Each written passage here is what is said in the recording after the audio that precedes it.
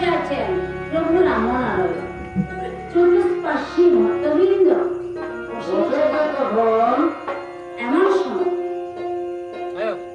এমন সময় অগস্ত্যমুনি ঠাকুর ধ্যান করে দেখতে পান আজ যে পিতার পুত্রে পরিচয় হবে এই বলছেন।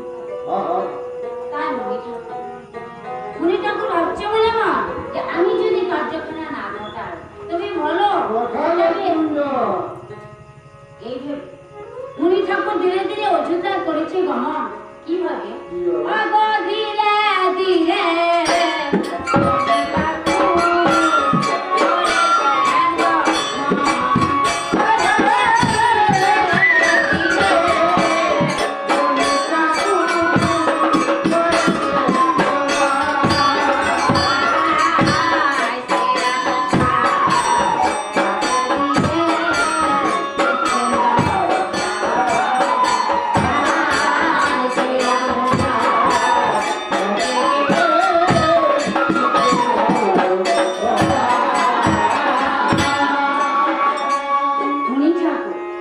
ধীরে ধীরে প্রভু রামচন্দ্রের সাক্ষাতে গিয়ে রামচন্দ্রকে বলেছে, শুনে রামচন্দ্র তুমি করবে না অশ্বমেধ যজ্ঞ সমাপন।